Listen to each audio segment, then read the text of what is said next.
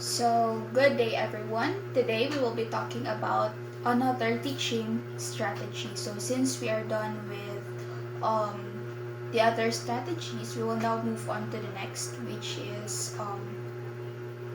we call the field studies. So, I know for a fact that all of us have experienced field studies during our elementary or most of the time in our high school years. Now I have a quick question for you. What is field studies? So, while you are listening to me, you can think about something that you have actually experienced that can be connected to the term field studies. So now let me explain to you what is field studies. So field studies are learning experiences that occurs outside the classroom. So it transcends or it debunks the idea na traditional idea na learning only occurs inside the four-cornered classroom. So for field studies, learning is more enjoyable and fun when it happens outside the classroom or when they are actually doing the thing that will make them learn. So another thing about field studies is that it allows the student to personally gather and it encourages them to interpret the data on their own. So with that, it is undeniable that using field studies as a teaching strategy will really help our students in many aspects, especially in developing their 21st century skills, which is really needed in our society right now. And I know that sometimes people interchange field studies and field trips. However, as a future educator, we have to be mindful of using these terms. We also have to remember we also need to know that there is a fine line between these two. It means there is a difference between field studies and field trips. So what is field studies? So field studies, this type of learning which happens outside the classroom is more research focused. It means that the students will be there in the actual site or in the place that they will be visiting and try to gather data, and after gathering the data they will analyze it and interpret it, and of course it is a systematic process. Field studies should be a systematic process. It should follow a step-by-step process in order for it to be successful. So that is the whole idea of the field studies. On the other hand, field trips is more on general learning. It means that they will just be there um to to see the actual place. They will just be there to visit the actual place, and of course field trips is more on broader exposure. They will be exposed to the actual place. They will know how it feels to be there, how it feels to be on that specific place. However, they will not delve deeper doon na yung ginapanghimo ng mga workers and siyan or whatever. They are just there on the kumbaga surface level lang yung learning ng field trips. However, if there are differences between the two, of course there are similarities. First is that of course it happens outside the classroom. So field studies and field trips both need to happen outside the classroom if possible. And of course, it helps the learners to have hands-on experience. So, kay adto sila sa actual place or sa place na i-visit nila, of course, there will be hands-on experiences which helps the students to have a deeper understanding about the topic that you are in sa specific day.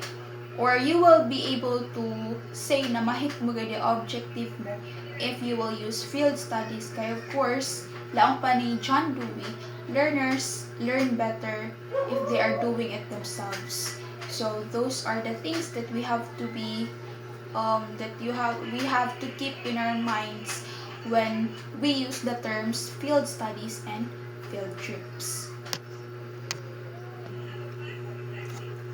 So since we're already done with drawing a fine line between field studies and field trips, let us now proceed to why we should use field studies as a teaching strategy, particularly in social studies. So first is, of course, it provides experiential learning. So since field studies happens outside the four corners of our classrooms, of our traditional classrooms, of course, they will be experiencing the things firsthand. And of course, kay na-experience na yung things firsthand, they will be able to gain experiential learning. Lang pa ni John Dewey, learning is better when the learners are doing a specific thing by themselves. Kumbaga, mas maraig ma-learn nila if they are experiencing it firsthand. So, asan pa lang, it is really undeniable that field studies is a great teaching strategy. And aside from that, it targets specific skills and knowledge. So since the students are exposed outside the classroom, outside kumbaga their comfort zone, they will be able to understand that learning is not just all about cognitive. It's not just all about feeding their brains with words, with concepts. It should be applied with specific skills, just like critical thinking and problem solving, especially na ato sila sa actual place. So using field studies as a teaching strategy will help the students to enhance and develop their mga skills na needed for their future endeavors, like I mentioned earlier, such as problem solving, critical thinking, and even creativity. So with that, the students will be able to understand that learning is not just all about in cognitive aspect, or not just about feeding their brains with words and concepts. It needs other skills or other skills to be developed. So next is, of course, it strengthens schema. By experiencing it firsthand, the students will be able to validate the prior knowledge that they have, or pwede na makorrect nila yung misconceptions that they have in their minds prior to that visit, prior to the experience na aon kanila doon. So, by using field studies, it either strengthens the schema of your learners, or it can also correct their misconceptions.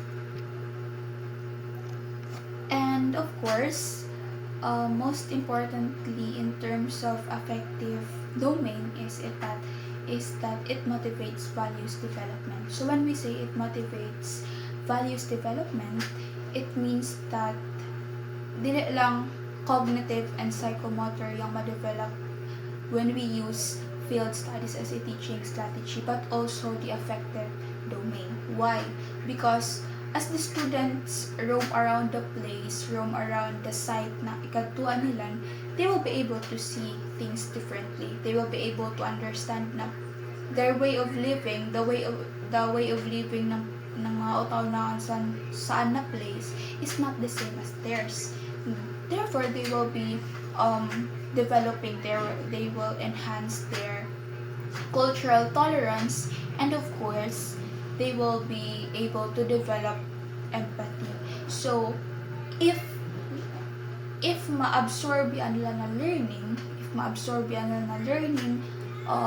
kumbaga it goes beyond after the visit, they will be able to apply it in real life situations and in their everyday lives. So with that, you will be able to help your students not just in cognitive and psychomotor domain, but also in terms of emotions or values.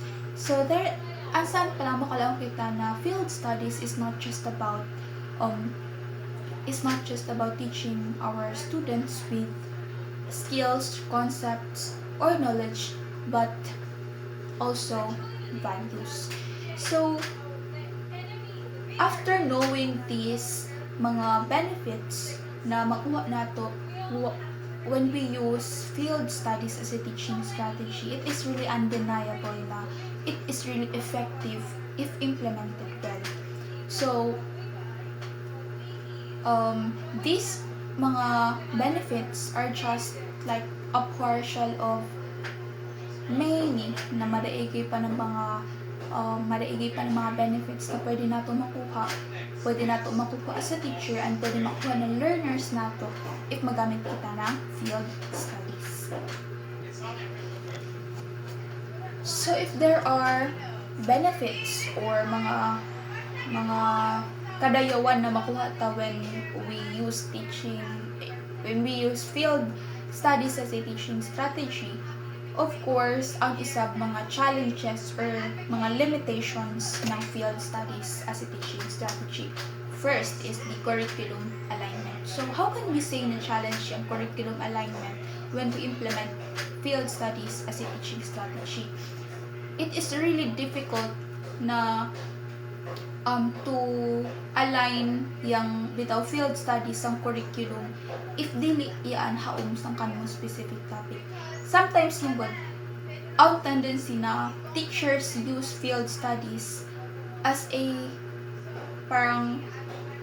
more on the side of fun kaysa ng learning. Kumbaga naging leisure activity na siya rather than yung learning gaw na with the substance, kumbaga. Yung tendency is that mahimo na siya na fun, more on fun rather than learning. So, malisod i-align yung mga competencies ng curriculum o sang gusto nato ka na field studies na gamiton as a teaching strategy. Next is the lack of understanding in terms of field studies. So, malisod i-implement yung field studies if in the very first place wa kaside yung teacher and the students daw unan yung field studies. Daw unan yung nature ng field studies, daw unan yung characteristics ng field studies, or the important things that we have to know about the field studies. Without those foundation, kumbaga, how can we implement field studies effectively kung yung nature and characteristics na iswa nato mapasabot sa kanato students, and uno nato mapasabot sa kanato students if we ourselves kay waya nato kasabti. So with that, we really have to equip ourselves ng mga basic characteristics and the nature of the field studies, so that we can implement the field studies as a teaching strategy effectively. Next challenge of implementing or using field studies as a teaching strategy is it is very costly. Yes, it is very costly. It requires a lot of resources before kita maka-implement ng field studies. You know why is it costly? First is the fair na gikan sa school padung sang site na kadtuan, and yung mga materials na need, yung mga everything, especially today, everything that we do on gayon kapalit na money. So when using field studies, it is really one of the challenges yung cost, yung expenses na magamit when implementing it. So that's why sometimes educators or teachers use na lang ng mga simulations ng field studies as an alternative, since it offers almost the same man gihapon experience ng actual na field studies. The only difference is that in virtual field studies, of course, it just uses mga technology, mga digital tools to operate the activity. However, lang pa sa nang mas ganagad ka if it is really actual, if it's really happening in real life. So, however, we can't really kuan our teachers na sometimes di gid di gid magamit yung field studies as a teaching strategy kay of course gastuhan gid siya isang kanilang part, and especially it is one of the problems kay ng social studies na medyo way little, we can say na ang budget more on little lang yung budget na allotted for this subject. So aside from being costly, it is really a challenge gihapon yung preparation for the field studies is really very intensive na work, especially sa teachers do not just work para mag-teach. They have paperworks and other things na mga trabaho nila. So field studies ma-extend yung workload ng teachers for a reason na first and foremost, yung preparation pa lang yung daw una niyang objective nila siya na field studies, hain sila na place mag-visit, mag-send pa sila ng letters asking for permission siya na place, makig-coordinate pa sila sa people siya na place na to make sure na pwede sila mukadto, preparation during the actual visit, yung pag-facilitate sa mga students, and of course, aside from those things, most of the is the assessment. It's really hard for the teacher to assess this one. And the preparation time is not just for one day, dili siya mahuman within one day or one night. It requires a lot of time before ma-polish na yung plan para ma-implement yung field studies effectively. And of course, to sum it up, yung mga mentioned ko earlier, yung pinaka-debatable na challenge in terms of implementing field studies as a teaching strategy is the safety. So, safety of course as I've mentioned a while ago, field studies happens outside the classroom. Therefore, concerned din sa safety especially sa mga parents. How are the teachers going to convince the parents na your children will be safe during the visit, during the whole duration of the activity, yung on the way to activity? We cannot really say na safety yung mga students. Kaya of course, special elementary students, they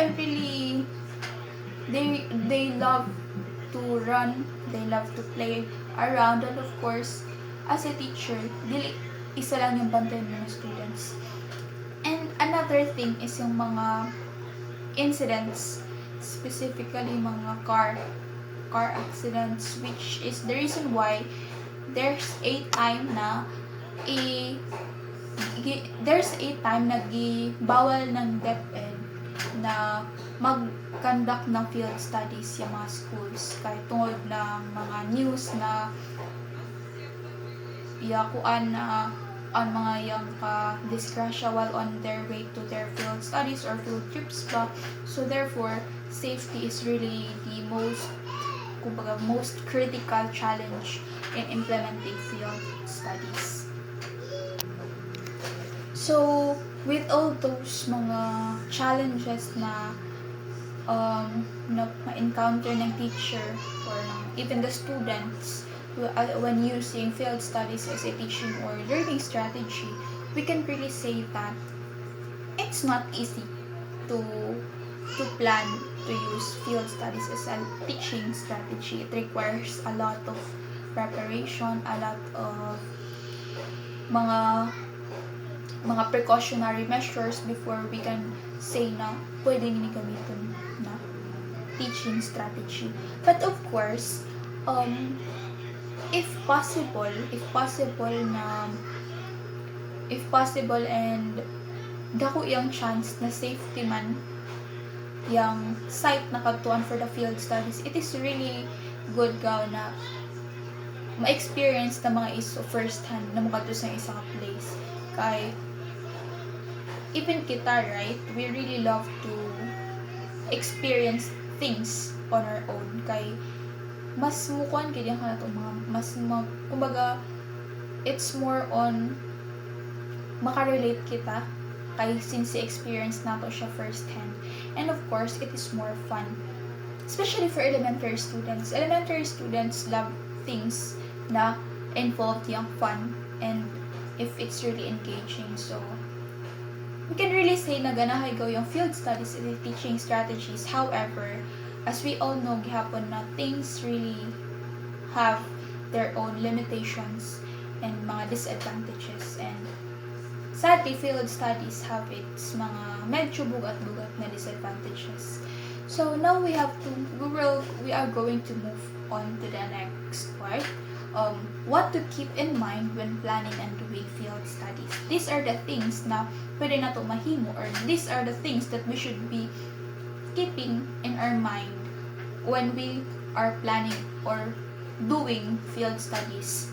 So first is awareness. Of course, you as a teacher, you should tell your students what are the do's and don'ts before the actual visit, and remind them during the actual visit. Okay, especially that young place is dili na to familiar with. So awareness is really the most essential thing to tell them before i-conduct yung field studies. Next is metacognitive learning. So metacognitive learning is that the learning should not stop after the visit. There should always be reflection. They should be able to apply it in their real life. Okay, if their learning stops right after the visit, then what's the point of conducting the field studies? Metacognitive learning is really essential for students. There should be a reflection of kung una niyang kanilang realize after visiting the site, una niyang kanilang pansin or whatsoever. Next is to engage. Student engagement is really, really very, very essential in field studies. Okay, of course, they are the ones who are going to experience the things. So, what's the sense of doing field studies if you can't convince your students to be engaged sa visit mayo? And next is to build upon or sa lesson plan pa, motivation. And we all know how important motivation is sa lesson plan. It sets the environment, kumbaga it sets the atmosphere para ready na sila sa learning. So, you should strike their curiosity, kumbaga. You should be able to spark their curiosity kung una niyang learning objective mayo si ana specific pag-visit mayo. And of course, the most important one is to assess. You should keep in mind the uno-uno mo pag-assess yung students, especially in field studies.